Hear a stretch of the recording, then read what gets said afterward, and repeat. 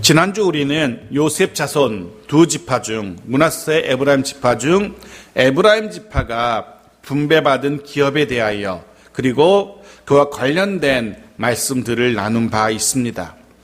오늘은 므낫세 지파, 특별히 요셉 자손 이야기 두 번째로 므낫세 지파가 기업을 분배받는 모습을 중심으로 하여서 말씀을 나누려고 합니다. 자, 1절 말씀 먼저 보십시오. 므낫세를 위하여 제비 뽑은 것은 이러하니라. 므낫세는 요셉의 장자였고 므낫세의 장자 마길은 길앗의 아버지라. 그는 용사였기 때문에 길앗과 바산을 받았으므로 라고 기록합니다. 자, 먼저 므낫세 지파가 가나안 땅에서 땅을 분배받기 전에, 분배받은 기업에 대해서 이야기하기 전에 먼저 므낫세 지파의 절반이 요단 동편에서 땅을 분배받았던 사실을 언급하고 있습니다. 그래야지 그 절반이 이미 땅을 받았고 나머지 절반이 땅을 받는다는 사실을 이야기해 주기 때문에 그렇습니다. 그리고 그 과정에서 요단 동편에서 이미 절반은 땅을 받았습니다 라는 이야기를 해주면서 그 과정에서 오늘 본문은 므낫세를 요셉의 장자라고 소개하고 있습니다. 우리가 지난 시간에 본 것처럼 야곱의 축복, 할아버지 야곱의 축복으로 인해서 장자의 권리가 큰아들 므낫세가 아니라 둘째 에브라임에게 넘어갔다는 사실을 이미 우리가 지난 주간에 살펴보았습니다. 하지만 여전히 장자의 권리가 큰아들에게서 둘째 아들로 넘어가긴 했지만 여전히 혈통적인 큰아들은, 혈통적인 장자는 므낫세였기 때문에 그가 큰아들임을 표현하기 위해서 그렇게 표시하고 있습니다. 또 그러면서 본문 1절에는 므낫세의 장자 마길이라는 사람이 소개되고 있습니다. 사실 시간적으로 므낫세의 장자가 아직도 살아있을 리가 만무합니다. 므낫세는 애굽에 내려갈 때에 있었던 야곱의 12아들 중에 하나였습니다. 이미 근 500년이 지난 이야기입니다. 그 자손이 아직까지 살아있다는 건 무슨 불로불사의 존재는 모르겠지만 그건 불가능합니다. 해서 므낫세의 장자 마길이라는 뜻은 므낫세의 후손 마길이라는 의미가 됩니다. 즉 마길의 후손을 이야기하고 있는 겁니다. 그런데 오늘 본문에서는 그렇게 얘기하죠. 마길의 후손은 용사였기 때문에 길르앗과 바산을 차지했다라고 그렇게 표현하고 있습니다. 지난주 우리는 므낫세 지파, 에브라임 지파의 기업의 경계를 보았습니다. 기억하시는지 모르겠습니다. 므낫세 지파의 땅이 에브라임 지파의 땅보다 거의 2배, 거의 3배에 가깝다는 사실을 우리가 보았습니다. 여러분 기억하실지 모르겠습니다. 비록 태어나기는 므낫세가 장자로 태어났지만 할아버지 야곱이 둘째 에브라임에게 장자의 축복을 했고, 그럼 당연히 에브라임이 므낫세보다 더 큰 땅을 받아야만 마땅합니다. 근데 정작 땅을 분배받은 모습 보니까 오히려 장자의 권리를 잃어버린 므낫세가 훨씬 더 넓은 땅을 소유하게 된 겁니다. 2배 이상, 3배 가까운 땅을 므낫세가 가진 겁니다. 야곱의 축복대로라면 당연히 에브라임이 더 넓은 땅을 받아야 되는데 웬일인지 므낫세가 3배나 가까운 땅을 받은 겁니다. 그 이유가 무엇일까? 근데 그 힌트가 조금 전 읽었던 1절에 나왔다는 겁니다. 1절에 뭐라고 표현되냐면은 그는 용사였기 때문에 라고 표현하고 있습니다. 용사였기 때문에. 무슨 이야기냐면 므낫세의 후손들은 용사였다는 말입니다. 그들은 용맹한 사람들이었습니다. 그래서 요단 동편에서도 길르앗과 바산을 차지했다는 겁니다. 그래서 결국 12지파 중에서 유일하게 므낫세 지파만이 요단 동편에도 땅을 가지게 되었고 가나안 땅, 요단 서편 가나안에도 땅을 가지게 되었던, 양쪽 다 땅을 가지게 되었던 유일한 지파가 됩니다. 이유는 그들이 용맹해서 그들이 길르앗과 바산, 요단 동편의 땅을 자기들이 차지했기 때문입니다. 이런 짐작을 하게 됩니다. 므낫세는 장자였지만, 혈통적인 장자였지만 그 장자의 권리와 장자의 축복을 동생에게 어떤 의미에서는 빼앗겼습니다. 원치 않게 빼앗겼어요. 얼마든지 화가 나고 얼마든지 열받고 내가 이런 대우받으면서 살아야 돼 라고 생각할 수 있습니다. 되는 대로 막 살 수 있는 그런 형편이 된 겁니다. 에서도 그랬지 않습니까? 장자의 명분을 빼앗겼던 에서가 그렇게 막 살았던 것처럼, 신앙을 버리고 막 살았던 것처럼 므낫세도 얼마든지 뜬금없이 할아버지로 인해서 장자의 권리를 동생에게 넘겨줘야만 했던 므낫세가 화도 나고 열도 받고 해서 막 살 수도 있었을 텐데 므낫세는 그러지 않았습니다. 그의 후손들도 그러지 않았습니다. 오히려 더 정신 차리고 더 열심히 살았습니다. 장자의 권리를 동생에게 넘겨주고 나서 더더욱 하나님께 매달리고 더더욱 하나님만을 바라보며 더더욱 하나님의 은혜를 바라보며 하나님만 의지하며 살았던 이들이 므낫세와 그의 후손들이었습니다. 장자의 권리를 넘겨줬다고 해서 낙심하거나 좌절하지 않았다는 겁니다. 므낫세뿐 아니라 그의 후손들이 그런 자세로 살았습니다. 하나님이 내게서 장자의 권리를 동생에게 넘겨줬지만 그들은 오히려 그런 하나님께 더 매달리고 그런 하나님께 더 의지했던 겁니다. 그런 므낫세와 그의 후손들의 삶이 수치로 드러납니다. 그 결과가 인구조사의 수치를 통해서 그들이 얼마나 치열하게 또 열심히 살았는지가 드러납니다. 지난 시간에 보았던 것처럼 요셉의 자손으로 장자의 권리를 갖게 되었던 둘째 에브라임 지파는 자기들이 그걸 좋은 거 받았다고, 은혜와 축복을 받았다고 사실은 육신의 평안함을 조차 살아갑니다. 그러다가 장자의 축복을 오히려 온전히 누리지 못하는 꼴이 되고 맙니다. 그것도 역시 인구조사의 수치로 드러났었습니다. 잠시 복습해 보겠습니다. 지난 시간에 살펴봤던 건데 복습해 보겠습니다. 시내산을 애굽을 나오자마자 도착했던 그 시내산, 거기 1년여 머물다가 가나안을 향해 출발할 때 그때 실시했던 1차 인구조사 결과 므낫세 지파는 32,200명, 약 3만 명 정도 기억하시면 됩니다. 에브라임 지파는 그보다 훨씬 많은 4만 명 가까이나 되었어요. 출발할 때는.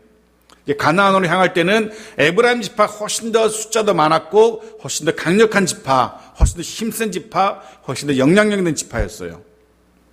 야곱의 축복처럼. 그런데 광야를 거치고 가나안을 앞둔 가나안에 들어가기 바로 직전에 실시한 2차 인구조사 결과는 완전히 뒤바뀝니다. 므낫세 지파는 아까 32,000명 정도라고 했습니다. 그런데 가나안을 앞두고는 자그마치 52,700명으로 거의 배가가 됩니다. 거의 60% 이상 증가합니다. 하지만 출발할 때 훨씬 더 많았던 에브라임 지파, 그들은 오히려 줄어듭니다. 10,000명가량 줄어듭니다. 32,500명. 오히려 더 줄어들어 있는 것을 보게 되어집니다. 출발할 때는 에브라임이 장자의 축복을 가지고 장자의 권리를 가지고 더 막강한 힘을 가지고 더 많은 인구수를 가지고 출발합니다. 하나님의 은혜를 뒤에 등에 업고 내가 장자의 축복을 받은 지파라는 그런 프리미엄을 얻고 출발합니다. 근데 므낫세는 장자의 권리도 빼앗겼고 하지만 그의 후손들은 치열하게 살았고 광야에서도 마찬가지였습니다. 그들은 광야를 거치고 나서 가나안 앞두고 있을 때는 훨씬 더 강력한 지파, 훨씬 더 용맹스러운 지파, 훨씬 더 하나님을 의지하는 지파로 뒤바뀌어 있었던 겁니다. 반복해서 말씀드리지만 당시 장정의 수, 성인 남자의 수는 곧 군사력의 척도가 됩니다. 지금 제가 말씀드렸던 이 수치는 성인 남자의 수치입니다. 싸움이 가능한 성인 남자의 수치를 말하는 겁니다. 즉 므낫세가 에브라임 지파보다 훨씬 더 그 2배나 강력한 지파로 성장했다는 사실을 성경은 우리에게 수치로 보여줍니다. 므낫세 후손들은 자신들의 장자의 권리를 잃었다고 빼앗겼다고 낙심하거나 좌절하거나 포기하지 않았던 겁니다. 오히려 더 치열하게 하나님의 은혜를 구하고 오히려 더 간절하게 하나님의 축복을 갈구하며 살았던 겁니다. 그리고 드디어 가나안에 이르게 되었을 때 그들은 하나님께서 인정하실 만한 하나님도 인정하실 수밖에 없는 강력한 용사들의 지파가 되었고 그 용맹함으로 결국 요단 동편의 땅을 자기들이 차지한 겁니다. 하나님은 그들의 공을, 그들의 용맹함을 인정하셨고 그 땅도 그들에게 허락하신 겁니다. 그래서 요단 동편과 서편 모두를 얻게 된 유일한 지파가 된 겁니다. 사랑하는 성도 여러분, 기억하십시오. 혹 내가 원하는 것들, 내가 정말 간절히 바라는 것들, 그거 얻지 못했을 수도 있습니다. 얻지 못할 수도 있습니다. 목표를 하던 것 이루지 못할 수도 있습니다. 하지만 낙심하거나 좌절할 필요 없습니다. 낙심하거나 좌절해서는 안 됩니다. 오히려 더더욱 하나님의 은혜를 구하며 하나님의 긍휼을 구하며 더더욱 말씀대로 치열하게 열심히 살아가야 합니다. 그럼 분명히 우리 삶을 축복하시고 갑절로 베푸시는 하나님의 은혜를, 우리 삶을 역전시키시는 하나님의 손길을 분명히 경험하게 될 겁니다. 므낫세 지파가 그 증거입니다. 그들이 그렇게 최선을 다해서 정말 열심히 하나님의 은혜를 구하고 하나님을 의지하며 살았던 그들의 영적인 분위기를 대변하는 하나의 사건이 오늘 본문에 소개되고 있습니다. 3절 말씀 보십시오. 3절 같이 읽겠습니다. 시작. 헤벨의 아들 길라앗의 손자 마길의 증손 므낫세의 현손 슬로브앗은 아들이 없고 딸뿐이요 그 딸들의 이름은 말라와 노아와 호굴라와 밀가와 디르사라. 이 딸들의 이름을 기억해 둘 필요가 있습니다. 말라와 노아와 호굴라와 밀가와 디르사라. 슬로브앗이라는 사람의 딸들에 대한 이야기입니다. 이 딸들에 대한 이야기가 므낫세 지파의 영적 분위기가 어떠했는지를 대변해 줍니다. 이 이야기를 이해하기 위해서는 잠시 광야의 시간으로 뒤로 거슬러 가야 됩니다. 자, 민수기 27장 3절 말씀 보십시오. 같이 읽죠. 시작. 우리 아버지가 광야에서 죽었으나 여호와를 거슬러 모인 고라의 물에 들지 아니하고 자기 죄로 죽었고 아들이 없나이다. 여기 자기 죄로 죽었다는 말은 애굽을 나온 20세 이상의 성인 남자들처럼 광야에서 죽긴 죽었으되 하나님을 대적하고 하나님께 반역해서 죽었던 고라의 고라의 판에 속했던 사람들, 그때 죽은 사람이 아니라는 겁니다. 즉 하나님을 대적해서 하나님에게 얻어맞아서 징계로 죽은 사람이 아니라 자연스럽게 광야에서 40년을 보내다가 죽었던 사람들이라는 그런 표현입니다. 즉 슬로브앗이라는 사람은 광야를 거치면서 나이 들어서 자연스럽게 죽은 겁니다. 문제는 그가 그렇게 죽긴 죽었는데 아들이 없었다는 겁니다. 물론 지금은 아들이 없는 것 전혀 문제가 아닙니다. 그런데 성경에 기록되던 그 당시에는 아들이 없다는 것은 엄청나게 큰 문제였습니다.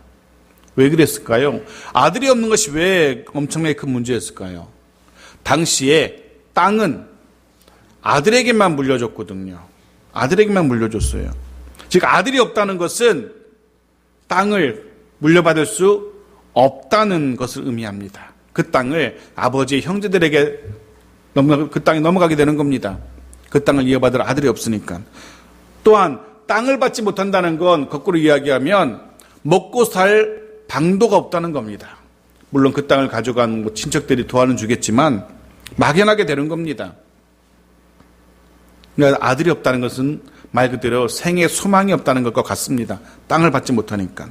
게다가 이스라엘 민족에게, 이스라엘 백성들에게 땅이라는 것은 단순히 먹고 살 수 있는 그런 삶의 근거 혹은 토지 그 이상의 생계수단 이상의 의미를 가집니다.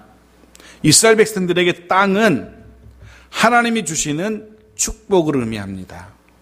하나님이 주시는 축복을 의미합니다. 즉 땅을 소유했다는 것은 하나님의 축복을 소유했다는 의미가 되는 겁니다. 하나님의 축복을 의미하기 때문에 그들은 그 땅을 자기들 마음대로 사고 팔 수 없는 겁니다. 하나님의 복을, 하나님의 축복을 마음대로 남에게 사고 팔 수 없는 것처럼 땅은 하나님의 축복 그 자체였던 겁니다. 그런데 슬로봇이라는 사람은 아들이 없었고 딸만 5입니다. 사실 보통은 이런 경우는 딸만 5일 경우는 다른 자기 형제들에게서 여러 있는 아들을 데려다 양자를 삼아요. 그래서 자신의 그 땅이 기업이 유지될 수 있도록 내려갈 수 있도록 양자를 삼거든요. 근데 슬로보앗은 아마 그럴 겨를도 없었는지 그런 양자도 삼지 못하고 딸만 남겨놓고 죽은 겁니다. 결국 슬로보앗의 이 남은 딸들 자그마치 5명이 아버지의 땅, 아버지 몫의 땅을 유산으로 받을 수 없게 된 겁니다. 동시에 아버지 몫의 하나님의 축복을 자신들에게 자신들이 이어받아야 될 그 축복을 받을 수 없게 된 겁니다. 해서 억울한 이 딸들이 모세에게 나아가서 호소합니다. 청원합니다. 그때 모습을 이렇게 성경은 기록합니다. 다시 민수기 27장 2절부터 4절까지 같이 읽어보겠습니다. 시작. 그들이 회막문에서 모세와 제사장 엘르아살과 지휘관들과 온 회중 앞에 서서 이르되 우리 아버지가 광야에서 죽었으나 여호와를 거슬러 모인 고라의 물에 들지 아니하고 자기죄로 죽었고 아들이 없나이다. 어찌하여 아들이 없다고 우리 아버지 이름이 그 종족 중에서 삭제되리이까? 우리 아버지 형제 중에서 우리에게 기업을 주소서 하매. 자기들은 딸들은 이제 땅을 못 받으는 형제들이 가져간 것 같아요. 지금 모세가 따지는 겁니다. 어떻게 이럴 수 있습니까? 아버지 형제에게 돌아간 땅 우리에게 주십시오 라고. 보면 참 당돌한 여인들입니다. 지금 이 여인들이, 이 딸들이 누구에게 탄원하고 있습니까? 지도자 모세, 제사장 엘르아살, 각 지파의 지도자들, 그리고 온 회중 앞에서 조용히 그냥 불만을 토로하는 것이 아니라 이스라엘 온 백성 앞에서 소리 지르면서 지금 자기 억울함을 땅 내놓으라고 지금 난리치고 있는 겁니다. 게다가 이들이 그렇게 난리치고 있는 곳이 어디인지 보십시오. 2절은 그렇게 말합니다. 그들이 회막 문에서. 회막이 어디입니까? 회막은 하나님이 임재하시는 곳이고 거기서 하나님이 이스라엘 백성을 만나시는 곳입니다. 하나님이 계신 곳입니다. 이 당돌한 여인들은 하나님이 백성을 만나시는 그 거룩한 곳에 나와서 소리 지르고 탄원하고 있는 겁니다. 무슨 의미입니까? 하나님도 들으셔야 된다는 겁니다. 백성의 지도자뿐 아니라 모세뿐 아니라 하나님도 들으셔야 됩니다 라고 소리치고 있는 겁니다. 사실 당시 문화권에서는요 상상도 할 수 없는 일입니다. 우리 조선시대만 생각해 보십시오. 상상도 할 수 없는 일입니다. 그나마 그때는 여자는 사람의 수를 헤아릴 때 포함도 되지 않는 존재들이었습니다. 심지어는 유대인들의 감사기도 중에는요 이방인으로 태어나지 않은 것, 여자로 태어나지 않은 것도 포함되어 있다고 합니다. 유대인의 공문서에는요 여자들의 이름은 기록되지 않는다라고 합니다. 그런 시대에 모세를 비롯한 지도자들 앞에서, 그것도 회막문 앞에 서서 자신들에게 아버지의 몫을 달라고 청원하고 있다는 것은 상상도 할 수 없는 일이었을 겁니다. 분명 수많은 남자들이, 여자들은 마음으로 동조했을지도 모르겠지만 수많은 어른들이 혀를 끌끌 차면서 그랬을 겁니다. 요즘 젊은 것들이란 하면서 욕을 해댔을 겁니다. 여기가 어디라고 버릇없이 여자가 나서서 하면서 죄다 그렇게 난리를 쳤을 겁니다. 하지만 이 5딸들은 개의치 않고 당당하게 자기의 몫을 달라고 외칩니다. 말 그대로 당돌한 요구에 무어라 답을 할 수 없었던, 당황했던 모세도 이제 적지 않이 당황했던 것 같습니다. 나는 처음 당해보는 일이니까. 그거 어떻게 합니까? 하나님께 묻습니다. 어찌할 바를 몰랐던 모세가 하나님께 물어요. 하나님, 이 당돌한 슬로봇의 5딸이 이렇게 요구를 하는데 이게 무슨 말도 안 되는 일인데 이게 어떡할까요? 놀랍게도 하나님이 어떻게 대답하십니까? 이 딸들의 요구가 정당하다는 거였습니다. 그들에게 아버지의 몫을 유산으로 주라는 겁니다. 아버지의 후손에게 마땅히 가야 할 하나님의 축복을 이 딸들에게 주라는 겁니다. 그리고 유대 법이 바뀝니다. 이 여인들로 인하여서 유대 법이 바뀌어요. 딸들에게도 유산이 갈 수 있도록, 아들이 없을 경우 딸들이 유산을 받을 수 있다라는 유대 법이 바뀌어버려요. 정말 대단한 여인들입니다. 이 일이 광야에서 있었습니다. 그리고 시간이 흐른 뒤에, 광야의 시간이 흐른 뒤에, 그리고 가나안의 땅을 분배하게 되었을 때, 그리고 이들이 속한 므낫세 지파가 땅을 기업으로 받게 되었을 때 드디어 기다렸다는 듯이 아마 이 여인들은 수십 년을 기다렸을 겁니다. 광야의 기간 동안, 가나안의 정복 기간 동안 그 긴 시간을 마음에 간직하고 있었던 그 이야기를 드디어 나와서 요구합니다. 4절입니다. 같이 읽죠. 시작. 그들이 제사장 엘르아살과 눈의 아들 여호수아와 지도자들 앞에 나와서 말하기를 여호와께서 모세에게 명령하사 우리 형제 중에서 우리에게 기업을 주라 하셨다며 여호와의 명령을 따라 그들에게 그들의 아버지 형제 중에서 기업을 주므로. 그때 일을 이야기하면서 그때 이미 판결 났지 않습니까? 모세가 이미 그때 판결하지 않았습니까? 우리에게 땅을 줘야 된다고. 여호수아 당신도 기억하시지요? 엘르아살도 기억하시지요? 그러니 주십시오 해서 여호수아가 그들에게 형제들에게서 기업을 받아다가 그들에게 줍니다. 결국 5 딸들이 땅을 기업으로 받게 됩니다. 본문의 모습 보면서 참 여러 가지로 대단하다라는 생각을 하게 됩니다. 지금이야 뭐 그럴 수 있지라겠지만 당시 문화권에서는 정말 상상할 수 없는 일을 이 5 여인이 해낸 겁니다. 더 대단한 것은 이 5 여인이 자신의 권리를 주장했을 때 그때는 사실은 땅에 대한 실체가 없을 때입니다. 광야에서 하나님의 약속만 있을 뿐, 너희가 가나안에 들어가서 내가 그 땅을 너에게 줄 거야, 거기 살 거야 라는 약속만 있었지 실제로 그 땅에 대한 아무런 권리가 없는 그때였습니다. 그 땅을 들어갈 수 있을지 없을지, 그 땅을 차지할 수 있을지 없을지 아무것도 모르는 그때에 이 여인들이 하나님의 약속 믿고 분명 땅을 차지할 것이라는 그 믿음 가지고 그때에 땅을 주십시오 라고 요구했던 겁니다. 하나님의 약속에 대한, 하나님의 말씀에 대한 확실한 믿음이 있었다는 겁니다. 그 믿음이 없었다면 당돌하게 모세와 지도자들 앞에서, 회막문 앞에서 그 난리를 칠 수 없었겠죠. 분명한 확신이 있었기 때문에 그 난리를 칠 수 있었던 겁니다. 이들의 믿음이 참 대단하다는 생각하게 됩니다. 또 한 가지, 이 5 딸들이 땅을 기업으로 요구하는 이 모습을 통해서 이들은 단순히 땅에 대한 욕심뿐만 아니라 하나님의 축복에 대한 욕심이 있었다는 사실을 우리가 알게 되었습니다. 그들은 아버지의 목, 즉 땅뿐 아니라 하나님의 축복까지 요구했던 겁니다. 하나님의 축복에 대한 거룩한 욕심이 있었던 겁니다. 말씀드린 것처럼 이스라엘 백성들의 땅은요, 단지 토지 이상의 의미를 가지고 있었거든요. 그 땅은 하나님의 축복이었고 그 땅은 하나님의 축복을 누리는 삶을 보여주는 상징적인 거였습니다.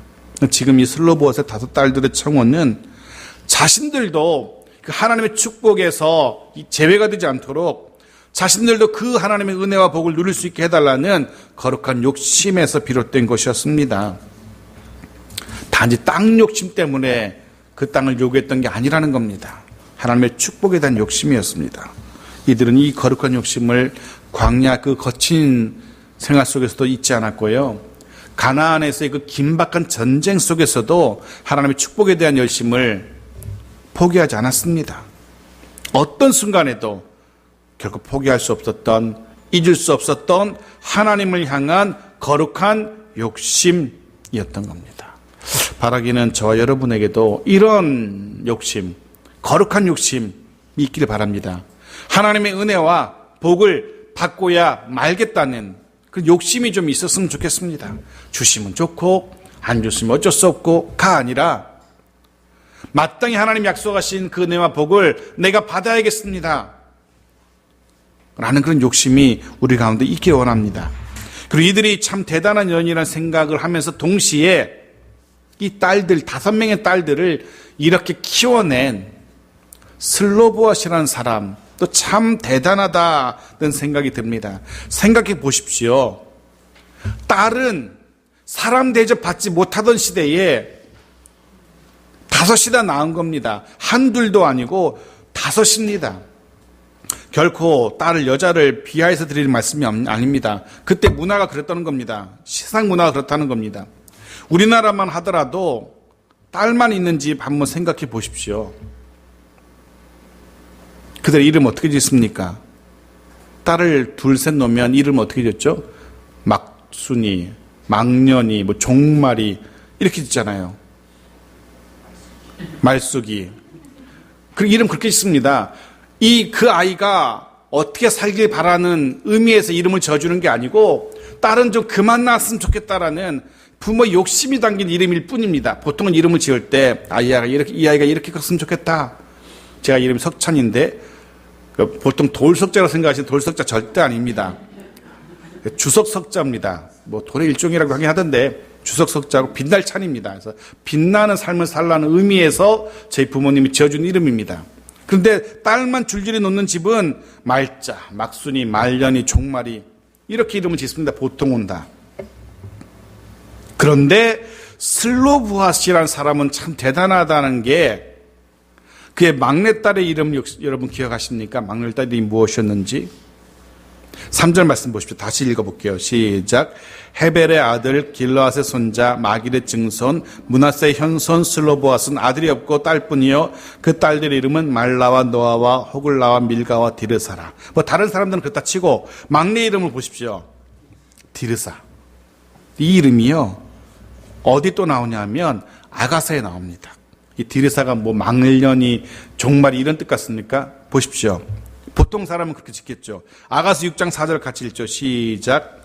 내 사랑아 너는 디르사같이 어여쁘고 예루살렘같이 곱고 깃발을 세운 군대같이 당당하구나. 여기 디르사 이름이 나옵니다. 이때 디르사는요 북왕국에 속한 북왕국 이스라엘의 왕궁이 있었던 성읍의 이름인데요. 아름답기로 소문난 곳입니다. 그 경치가, 그 빼어난 경치가 아름답기로 유명한 곳이고 그곳의 이름을, 그곳이 너무나 아름다워서 이름을 디르사라고 붙인 겁니다. 디르사라는 이름의 뜻이 무엇이냐면 기쁨, 만족함 이런 의미를 가지고 있습니다. 누군가 그 땅을 보면서 너무너무 기쁘고 너무 예쁘기 때문에 기쁘고 만족스러워서 이름을 디르사라고 붙인 겁니다. 슬로보아스의 막내의 이름이 바로 기쁨, 만족함을 의미하는 디르사였던 겁니다. 무엇을 짐작할 수 있습니까? 이 슬로보아스라는 이 아버지는 그 시대에 딸만 줄줄이 5을 낳았음에도 불구하고 만족해하고 기뻐하고 있었던 겁니다. 왜냐하면 그 막내 딸도 하나님이 주신 선물, 소중한 선물이었기 때문에 이름을 이렇게 지었으니 당연히 그 이름에 걸맞게 이 딸들을, 아들 없는 딸들을 당당하게 키워냈을 겁니다.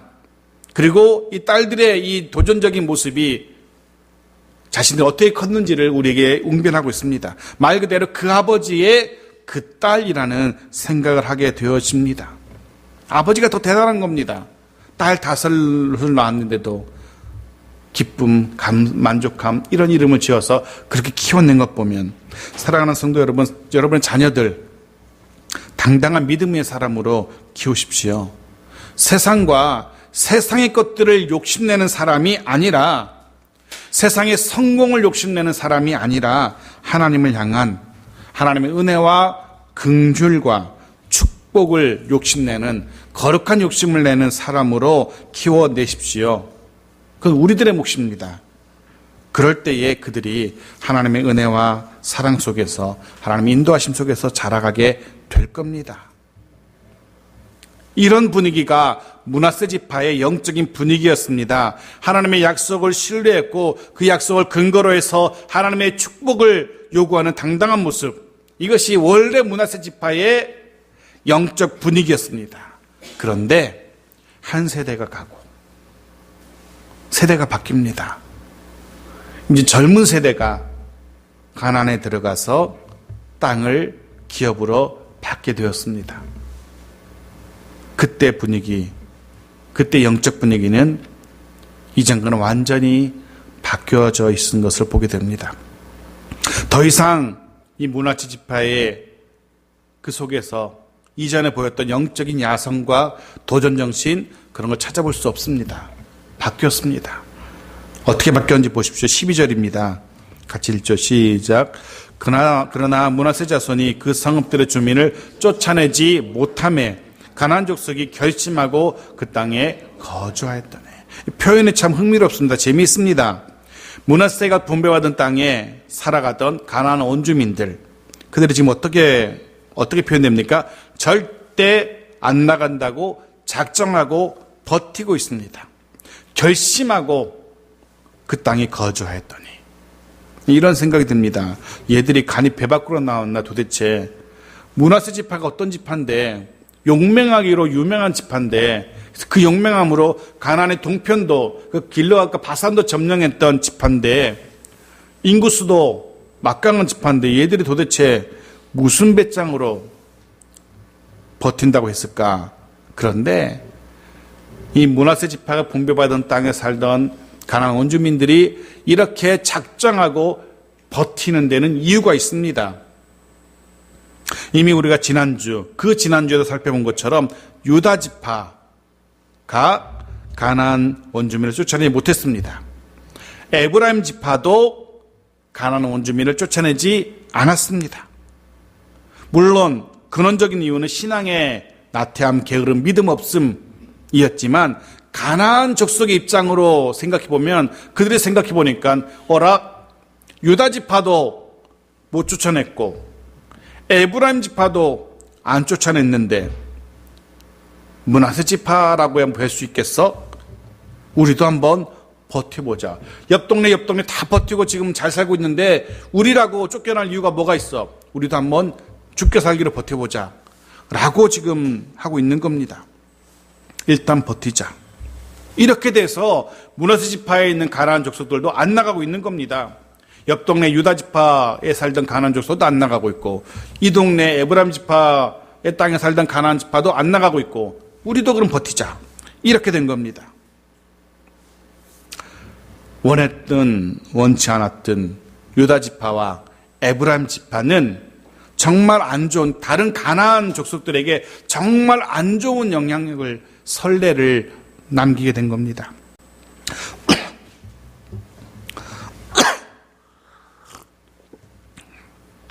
가나안 족속들에게만 안 좋은 선례를 남긴 게 아니고요. 날이 좀 차가워서 그런지, 흥분해서 그런지 목이 막 가라앉네. 이 유다와 에브라임은 가나안 족속에게만 아니라 자기들 지파, 이스라엘 지파에게도 안 좋은 선례를 남기고 말았습니다. 므낫세 지파 입장에서 한번 생각해 보십시오. 장자 지파라고 할 수 있는 유다 지파도 쫓아내지 않았어요. 자기 요셉 지파 중에서 장자라고 할 수 있는 에브라임 지파도 가나안 원주민을 쫓아내지 않았어요. 므낫세가 볼 때 우리라고 굳이 힘들어서 고생해서 수고해서 쫓아낼 이유가 뭐 있어? 땅도 넓은데. 므낫세 지파는 가나안 땅의 거의 절반을 차지한 지파 아닙니까? 우리 땅도 넓은데 괜히 이제 쫓아내려다가 한두라도 다치기라도 하면 어떡해? 굳이 고생해서 싸우지 말고 좋은 게 좋은 건데 그냥 살자 같이. 이렇게 된 겁니다. 유다도 그랬고 에브라임도 그랬는데 뭐 우리도 뭐 그럼 뭐 어때? 이렇게 된 겁니다. 그래 본문에 이렇게 말해요. 그래서 거주하게 되었으니 라고 표현하는데요. 가나안 원주민이 땅만 같이 살게 된 게 아닙니다.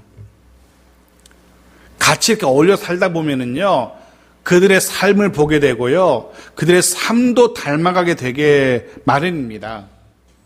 그래서 성경은 우리에게 분명히 도전하죠. 데살로니가 전서에서 이렇게 말합니다. 악은 어떤 모양이라도 버리라라고. 이 말씀은 악은 어떤 모양일지라도 내 삶에 들어오지 못하게 하라는 겁니다.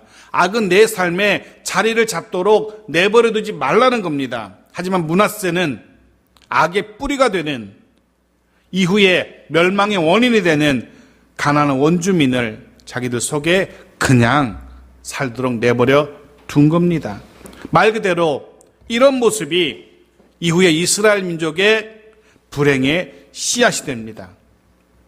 자기들은 귀찮고 번거롭고 수고스러워서 내버려둔 그들이 이후 후대의 멸망의 원인이 되는, 다음 세대의 파멸의 원인이 되었다는 사실을 우리는 성경을 통해 알게 됩니다. 그렇습니다. 유다의 무능력, 에브라임의 불신앙, 그들만의 문제가 아니었던 겁니다. 그들의 무능력과 그들의 불신앙은 온 이스라엘이 닮아가게 되었습니다.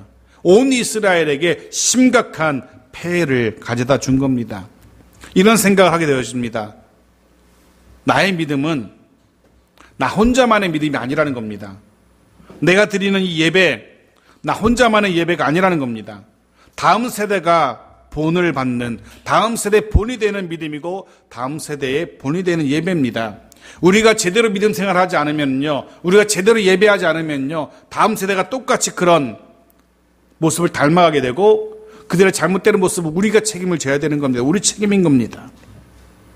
우리가 하나님의 말씀에 뿌리를 내리고 바르게 말씀대로 살아간다면 분명 우리의 자녀들도 그 모습을 닮게 될 겁니다. 그럴 수 있기를 바랍니다. 말씀을 정리합니다. 먼저 오늘 본문은 우리에게 어떤 순간에도 낙심하지 말라고 위로합니다. 격려합니다. 장자의 명분을 동생 에브라임에게 넘겨주었던 므낫세였지만, 얼마든지 낙심하고 포기할 수 있었던 상황이지만 므낫세와 그의 후손들은 오히려 더더욱 하나님의 은혜를 구하며 살았습니다. 오히려 더더욱 열심을 다하고 최선을 다했습니다. 그리고 결국 하나님의 축복을 누리게 됩니다. 기억하십시오. 하나님을 바라보며 모든 상황 속에서 낙심치 말고 일어나서 다시 믿음의 경주를 시작할 수 있는 우리 모두가 되어지길 바랍니다. 또한 오늘 본문은 우리에게 슬로보아스의 딸들이 가졌던 그 거룩한 욕심을 우리에게 소개해주며 우리에게 도전합니다. 더 큰 하나님의 은혜와 사랑을 구하는 욕심이 저 여러분에게도 있기를 바랍니다. 신령한 것들을 향한, 영적인 것들을 향한 거룩한 욕심, 거룩한 도전이 우리 가운데 이어지기를 축원합니다.